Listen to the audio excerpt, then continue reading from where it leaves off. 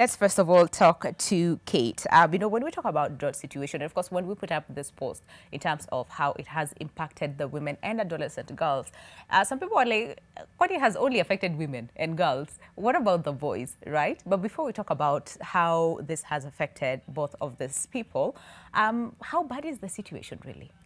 Oh, it's quite bad actually. And thank you for having us and for having this very important conversation. You're welcome.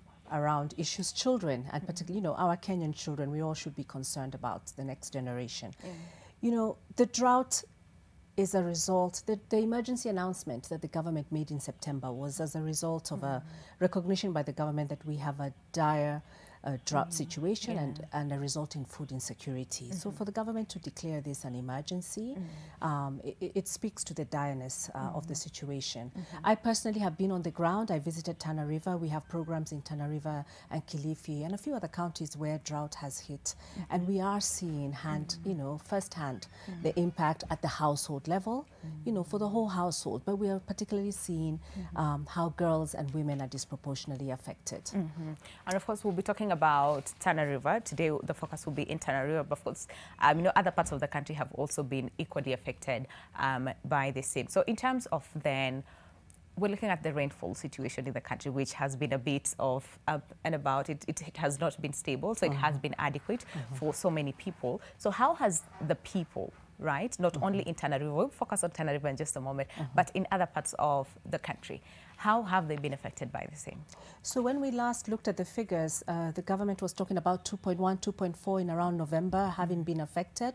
But when as you said, the rains did come in December, but they weren't as expected.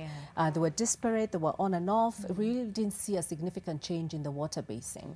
And so we're now looking at a figure of 2.8 million Kenyans affected in 23 out of the 47 countries, being the ASAL, arid and semi-arid lands. So, 23 out of 47 is what, 49%? So we're talking almost 50% of our counties have been affected, 2.8 million. And that's very, very big because, again, that is why the president had to actually call this a national disaster.